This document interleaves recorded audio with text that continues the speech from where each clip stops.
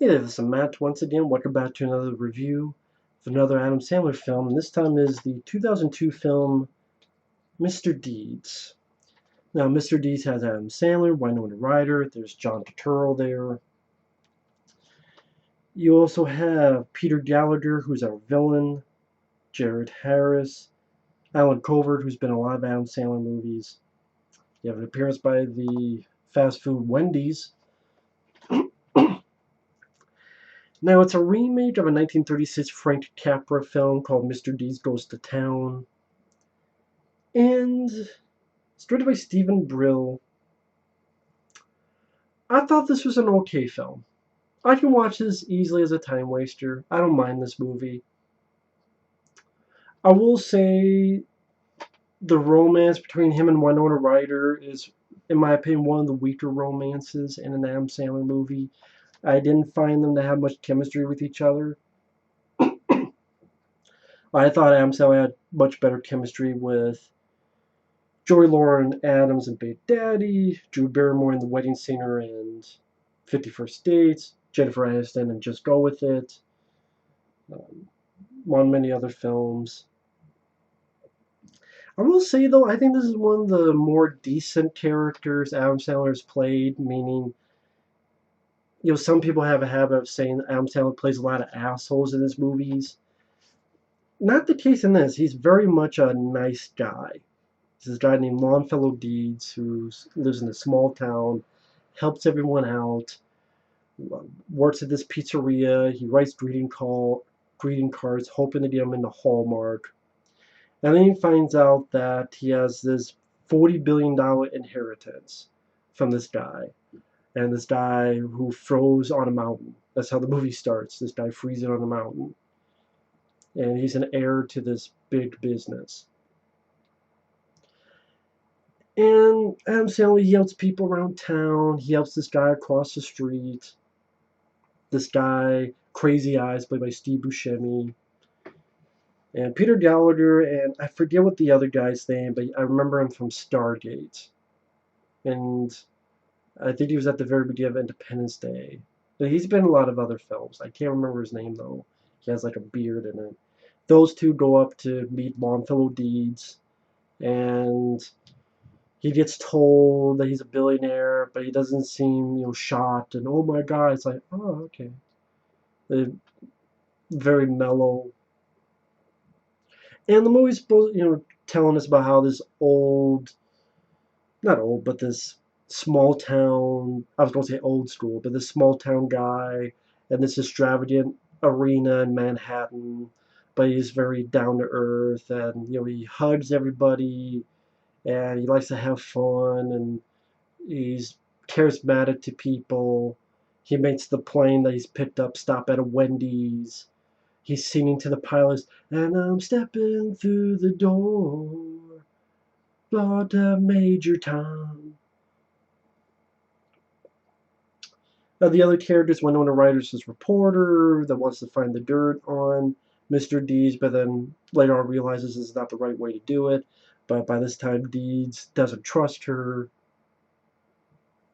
And then they fall in love, which, again, that's what the romance is the weakest part of the movie. John Turturro, he's, to me, the best part of the movie. I really like his butler, named Emilio. I'm very, very sneaky, sir. And he's just very quick, very sneaky, uh, great servant. And Adam Sandler definitely plays a different type of character because he doesn't really want to curse. He'll say like, "Geez, Crow, how did you get down here so fast?" I'm very, very sneaky. He finds this fountain that's in the room and it's made of, instead of water, Hawaiian punch comes out. He has this bad frostbite on his foot. He makes John Turturro beat it because there's no feeling at all. And then he stares and shouts, "John Turturro, you're sick! You're sick! You stabbed through me!" "Oh, I'm just kidding you, pal." And stares John Turturro.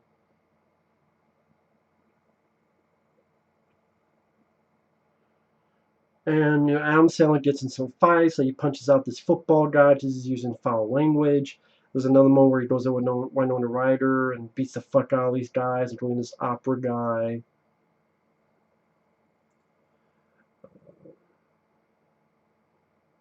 And again, John Turturro has a lot of fun moments.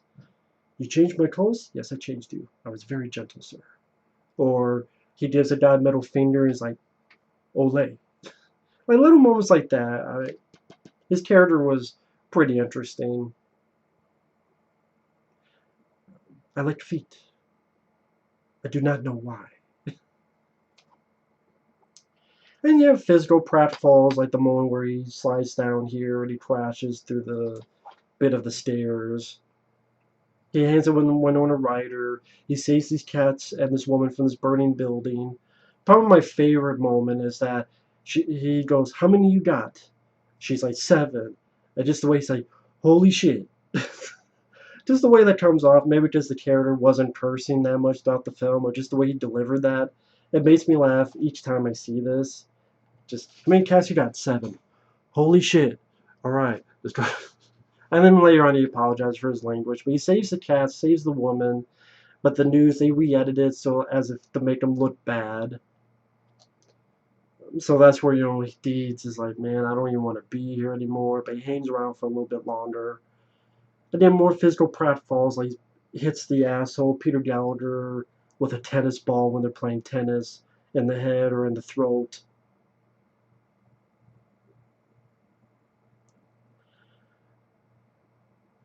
Falls, Winona Ryder tries to get him back, and probably my second favorite bit of dialogue from Sandler is when she's in the ice, and of course, Deeds thinks she's fooling again, she's lying again. He's like, "Bah, bah, bah," and he's like, "Bah, bah, bah, bullshit." That's another thing. That's something I've stolen a couple times throughout the years. It's like, "Bah, bah, bah, bullshit." I stole it from this movie when Adam Sandler says it. So I like that. But he realizes it's for real and saves her. But he's like, I don't trust you. I saved you, but I don't trust you. Which you can't blame the guy. And you have a finale, and he's like, hey, wait a minute, you guys are, so many people are going to lose their jobs. 50,000 folks don't get out of work. Do you really want to do this to make a quick buck? Our kid version of us would kick our ass. Winona Ryder finds a diary, and you find out that John Turturro was also a relative of the billionaire. So he's the actual heir. And everything works out. Adam Sandler gets with Winona Ryder. John Turturro is a billionaire. One of his Sandler's cars get the hallmark. And this is, for Adam Sandler's filmography, is that the one? It doesn't get mentioned a lot, whether best or worst. And I can see why. I can see if people feel this is forgettable. It definitely has, like I said, one of the weaker romances. I don't think Winona Ryder and Sandler had much chemistry with each other. Actually, I don't think they had any chemistry at all. And it's not as hilarious. Okay, it's not as heartfelt as The Wedding Singer. It's not as funny as Happy Gilmore, Billy Madison. It's not as batshit insane to me as like Zohan, which is part of the reason I love that. It's not as funny as something like Big Daddy. That was a funnier film. But I don't think it's a bad movie at all. If I put it in, I'm not mad that I watched it. There's a couple funny bits, like the holy shit, and some of the physical pratfalls. Yeah, I like John Turturro's servant, butler character. I thought he was pretty fun.